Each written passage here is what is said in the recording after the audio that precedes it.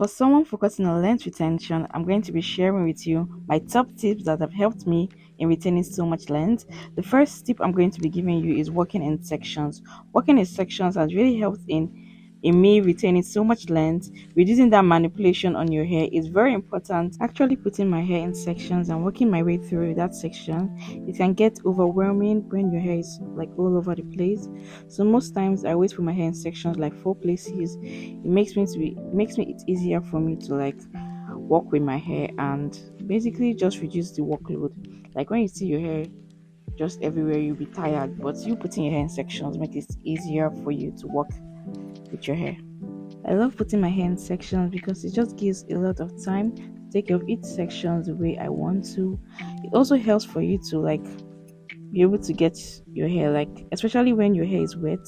When your hair is wet, you experience more tangles, more martins because it's in its coily state, especially when it's breaking. So the working in sections helps to reduce breakage and shrinkage. Like you get when your hair is wet and all wet, I always recommend you work in sections for anything you want to do in your natural hair. And one thing to note is that when your hair is in sections, it will reduce tension, manipulation. You get to actually take care of your hair. When it's full and your hair during your wash day, and your hair is shrinking, you have so much tangles and all. You're going to break your hair. So for length retention, you need to reduce all of that to see the difference in your natural hair. So if you want to work in sections, I highly recommend you start working in sections this year. It helps reduce wash day time. Like seriously, if you're looking at your hair like all when you want to wash your hair and it's just everywhere, you'll be tired. Like just the look of it alone makes you tired. But when you work in sections, it actually reduce your wash day time. Like it cuts down on the time you take in one section and the second. So the second tip is that realized that I'm not a product recommendation type of person. Like I look at products that actually work for my hair. So the first thing you need to know is your hair porosity. So everyone has different hair porosity. We have the high porosity and the low porosity. So basically high porosity is when your hair takes time to retain length. So when you put water on your hair, it doesn't absorb that water. It takes longer period of time. So that's what they call high porosity hair. But for low porosity hair, your hair retains water and it's easier for it to retain water. So yeah, that's the difference. So first of all, you have to know your hair porosity type. It really helps when you have products you identify with. You have to do your own research, know what products you're using. And trust me when I say you need to know your hair porosity, like do your research on products, see if the products match for your hair porosity.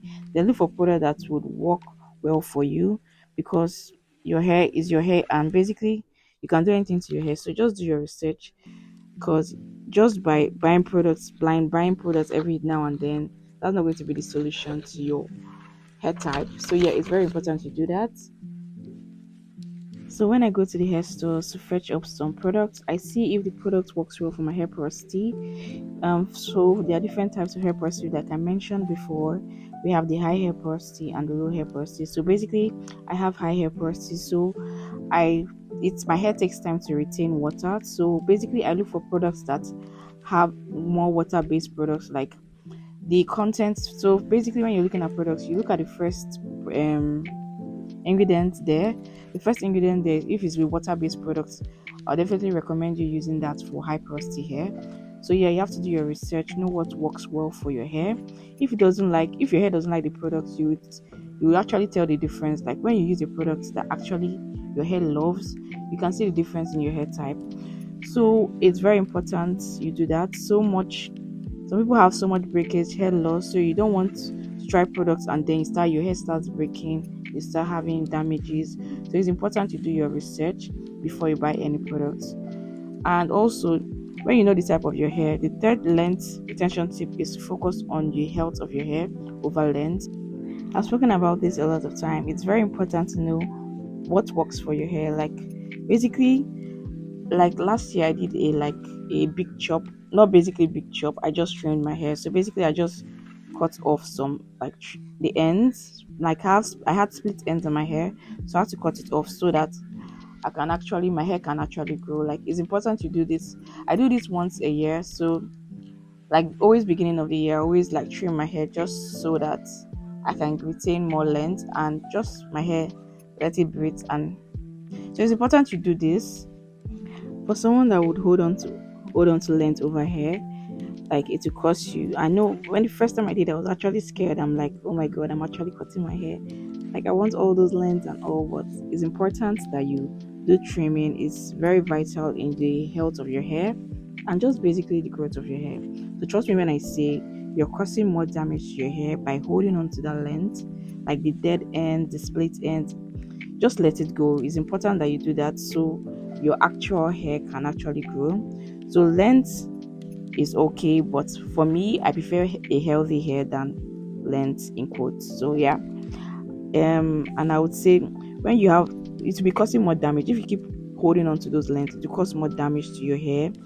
You tend to like lose more hair just by holding on to the hair. So it's important you cut off those dead ends. And when I say that my hair was okay, actually reduced, was short. So there was a huge difference when I cut my hair and started actually doing my routine, and my hair was healthy. Like when you see a healthy hair, it's quick to know because the curl patterns are very nice and it's soft. When you see a healthy hair, they're always soft and very curly. So it's important you cut those ends, guys. It's important you do that. Like you could do that once a year. Some people do it twice a year, but I do mine once a year. It's important you do this. So another thing I'm going to give, like this is a bonus tip.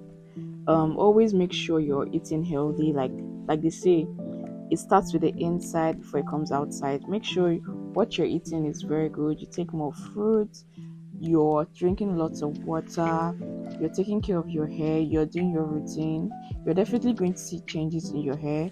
It's important you do this so that from the inside you get water and also you putting water on your hair. So your hair is definitely going to grow if you're doing your routine. So it's important you do this. And also make sure you're consistent with the right product. Make sure you're doing your night treatment. You make sure you're taking care of your hair so your hair doesn't get back to damaged hair again. And when I say your hair will grow, you would retain so much length. That's one thing I would say. Cut off those lengths and beginning to when you start taking care of your hair, trust me, you see a lot of difference. And yeah, your hair constantly grows. So one thing you should know is that your hair grows half an inch every day. So it's your ability to for you to retain that length. That's when length retention and growth comes in play. So it's important you take care of your hair. So basically your hair grows half an inch. So if you're retaining that length by doing protective hairstyle, you're definitely going to see the length. But if you're always manipulating your hair, you're always touching it, you're not going to see the length. So it's important you take care of your hair, you allow your hair to breathe, guys. It's very, very important. Okay, so the next length retention tip is your mindset. Your mindset plays a lot of role in this. So it's very important to keep your head in a positive mindset, because if you have a negative mindset towards your natural hair, with time you'll be like, oh my god, my hair is not growing, what am I doing wrong? Like it's so frustrating, can be frustrating at some point. I remember the year 2020 when I actually said I'm going to take my natural hair journey seriously. It was quite, I don't know, it was a slow journey, I would say, because I wasn't really understanding my hair. At that point, I was jumping on any trend I saw on YouTube. I would be like, oh my god, rice water is working now. I should try that. Oh my god, rosemary and cloves, they're working now. I should try that. I'm not saying that these products don't work. It's important that you understand that you have to do your own research, know what works for your hair before trying out all these treatments. So even if I've done some treatments on my hair and it works for me, it doesn't mean it will work for you. You have to understand your hair type and what works for it. So basically how you can understand this is by you can check on YouTube, because for me, how I knew how my hair was high porosity hair, I took some strands of my hair, like when it's not washed, and then I put it in water. So if it floats, it means your hair is high porosity hair. But if it gets down to the bottom of the water, that means your hair is low porosity hair. So when you've done that test and you know what hair porosity you have, so then that's when you can now start researching on products that actually works for your hair. So yeah, it's important you do this before you actually buy products, because if you go to like any hair store, they can just recommend anything for you and you'll be like, oh my god, try this one out, it works.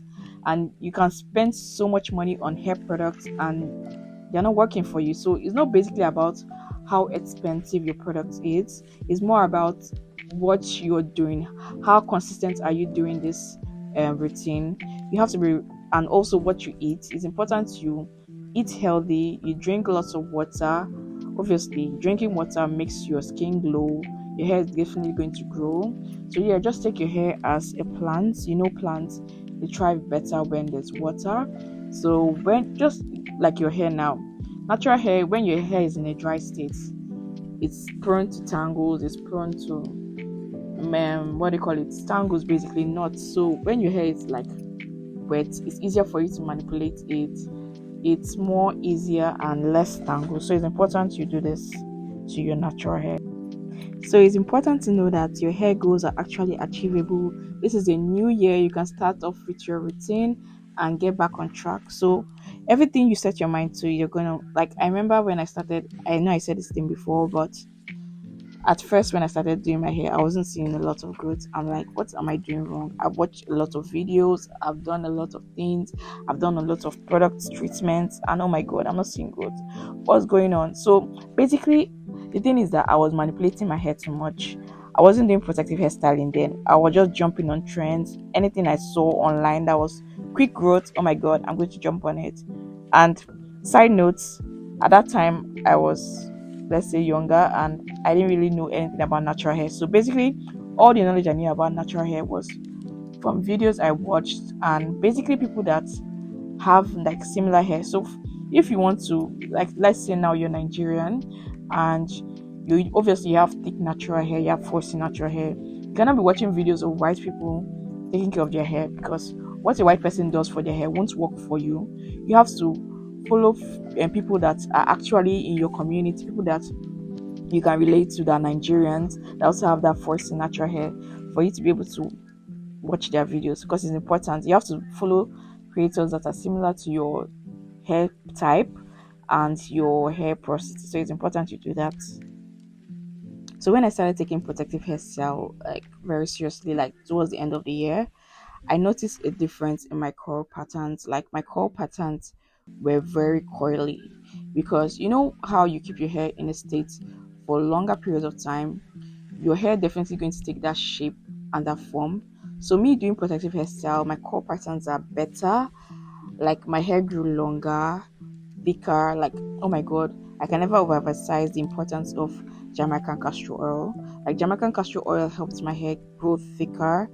I had thicker strands. My hair weren't breaking that much. And if you're trying to grow out your edges, I'll definitely recommend you using the Jamaican castor oil. And also the virgin hair fertilizer. Oh my god, that's holy grail. If you're struggling with dandruff and you're having flaky scalp, your hair is always dried out, definitely use that and you're going to temp, because it has that minty feeling. You know how mint feels on the hair. Oh my god, it's so good.